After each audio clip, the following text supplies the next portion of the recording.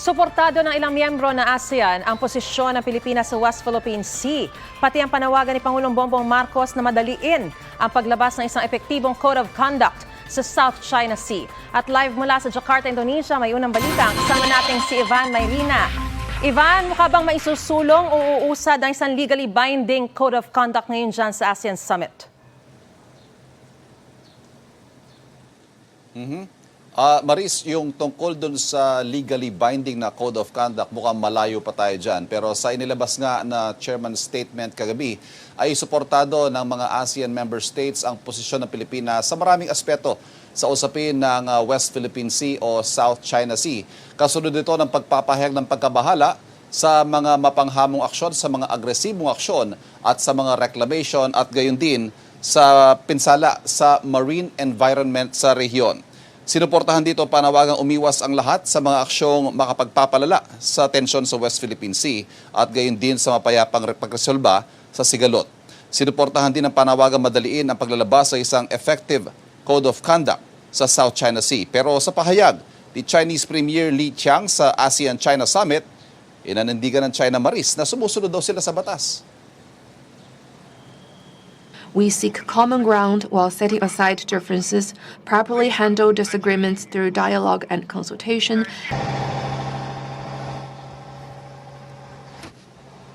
Ang pahayag na yan ay kasunod ng pangaharas, pambobomba ng tubig, mga dangerous maneuvers sa karagatan at paglalabas ng China ng mapa ng 10-dash line na umaangkin sa halos buong South China Sea. Kabilang ito sa mga tila hindi tugmang sinasabi at ginagawa ng China sa rehiyon. Kaya hirit ng Pangulo sa harap ng kapwa ASEAN leaders. We cannot emphasize enough that actions, not words, should be the ultimate measure of our commitment to securing peace and stability in the South China Sea. Anything else simply does not suffice. Sa gitna naman ng pagpapahayag ng suporta ng ilang bansa, kabilang ang South Korea, ang Japan, ang US at Canada, kabilang ang ASEAN member states sa mga panawagan ng Pilipinas sa West Philippine Sea, ang hirit ng China, huwag magkampihan. To keep differences under control, what is essential now is to oppose picking sides, oppose bloc confrontation, and oppose a new Cold War, and to ensure that disagreements and disputes among countries are properly handled.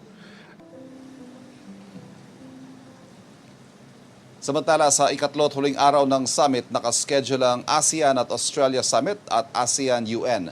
Makakausap din ang Pangulo ngayong araw sa bilateral o one-on-one meetings sina Cambodian Prime Minister Hun Manet at South Korean President Yoon Suk Yeol. Nauna lang nakausap ng Pangulo sa sideline kahapon si US Vice President Kamala Harris, pero hindi pa naidedetalya ng Malacanang ang kanilang napag-usapan. Sa inilabas sa mga pahayag ng White House, kabilang sa tilalakay ng dalawang lider ang maritime security sa South China Sea at pagpapalakas ng bilateral maritime cooperation ng Pilipinas at Amerika kasama ang mga kaalyadong bansa. Samantala, Maris, inaasahang balik Pilipinas si Pangulong Bongbong Marcos bago maghating gabi mamaya. At yan ang latest mula dito sa Jakarta, Indonesia. Balik muna sa iyo. Maraming salamat. Ingat kayo dyan, Ivan Mayrina. Mga kapuso, para una ka sa mga balita, mag-subscribe sa GMA Integrated News sa YouTube. Sa mga kapuso abroad, subaybayan niyo po kami sa GMA Pinoy TV at sa www.gmanews.tv.